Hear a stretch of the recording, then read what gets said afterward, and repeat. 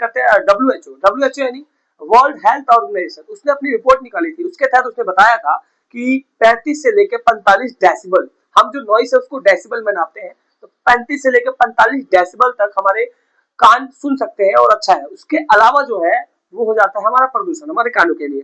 अब बात करते हैं एयर पोल्यूशन की। एयर पोल्यूशन क्या होता है? एयर पोल्यूशन को हम AQI में नापते हैं।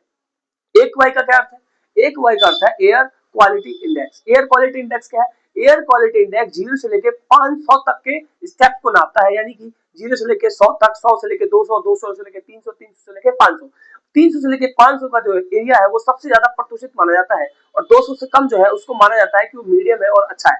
तो ऐसे में AQI बहुत हाई चल रहा है। ये केवल दिल्ली की बात नहीं, हमारे आज के पूरे विश्व की बात है। सबसे पहले समझते हैं एयर पोल्यूशन की शुरुआत कब हुई।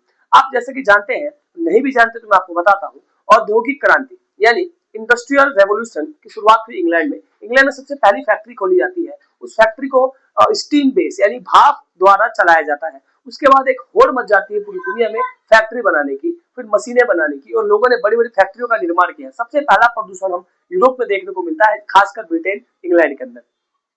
उसके बाद प्रदूषण होते हुए पूरा एरिया फैल जाता है। जहां जहां फैक्ट्री जाती है प्रदूषण के साथ ले जाती है, और सबसे ज्यादा जो है वो एयर पॉल्यूशन फैक्ट्री से फैलता है।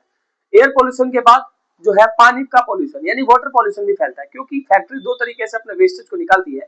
पहला है धुआं और दूसरा है कचरा। जो कचरा होता है वो डायरेक्ट समुद्र में जाके इन्वॉल्व हो जाता है, इससे समुद्र में पॉल्यूशन होता है, पानी में पॉल्यूशन होता है। और दूसरा जो धुआं है, जो हमारे लंग्स में, जो हमारे जीवों को बहुत ज्यादा नुकसान पहुंचाता है, ये हमारा क्या है? एयर पोल्यूशन है। तो एयर पोल्यूशन हमें दिखता है, बाकी नहीं दिखते, इसलिए हम एयर पोल्यूशन पर ज्यादा हो हल्ला मचा रहे हैं। लेकिन ये चारों प्रकार के प्रदूषण है जिनको मैंने सोचा आपको याद दिला दूं। बहुत बहुत धन्यवाद।